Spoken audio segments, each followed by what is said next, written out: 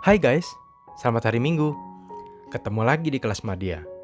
Hari ini kita mau sekolah Minggu belajar Alkitab dari Pengkhotbah 4 ayat 17 yang berjudul Ibadah yang dikehendaki Tuhan. Sebelumnya, mari kita berdoa dulu minta pimpinan Tuhan. Bapa yang baik, terima kasih untuk berkat dan anugerah yang telah Engkau beri untuk kami semua. Bapa, tolong persiapkan hati kami agar kami boleh mengerti cerita Alkitab hari ini dan kiranya juga boleh menjadi berkat rohani bagi kami semua. Terima kasih Bapa. Haleluya. Amin. Teman-teman, kita tidak asing lagi mendengar kata ibadah. Nah, apa yang kalian lakukan saat mengikuti ibadah? Memuji Tuhan, mendengarkan firman Tuhan yang disampaikan, mengobrol dengan teman, atau bermain HP sepanjang ibadah. Pada pelajaran hari ini, kita mau belajar dari nasihat kitab Pengkhotbah.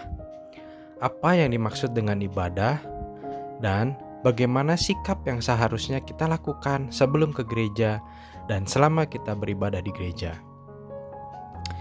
Kalau kita berbicara tentang ibadah, pasti hal yang terpikir adalah kegiatan rutin setiap minggu di gereja. Banyak orang Kristen menganggap beribadah adalah hal biasa atau suatu kewajiban yang harus dilakukan. Salomo, sebagai penulis kitab Pengkhotbah, mengingatkan kita tentang pentingnya arti ibadah. Pengkhotbah menyerukan kepada umat bagaimana menghampiri Allah atau bagaimana seharusnya orang datang beribadah di rumah Tuhan. Jagalah langkahmu kalau engkau berjalan ke rumah Allah. Kalimat ini merupakan suatu perintah yang harus ditaati. Karena ada orang yang datang beribadah sedang dalam pergumulan, asal datang agar tidak dianggap malas, atau karena pengkhotbahnya terkenal. Mereka datang bukan karena memiliki kerinduan untuk bertemu dengan Tuhan. Rumah Tuhan yang dimaksud Salomo bukanlah bangunan secara fisik, tapi tempat di mana Tuhan bersemayam di dalamnya. Ibadah bukan sekedar memuji Tuhan, memberi persembahan, dan mendengarkan khotbah. Ibadah adalah pertemuan pribadi antara kita dengan Tuhan.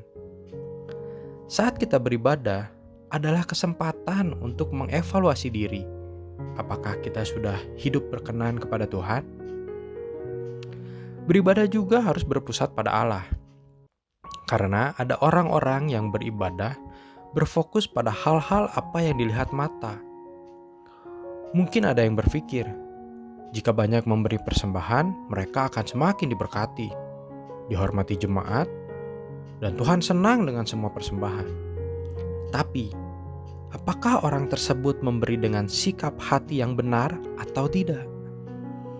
Jangan pernah berpikir bahwa kita dapat menyenangkan hati Tuhan dengan uang, waktu, tenaga, tanpa disertai hati yang benar.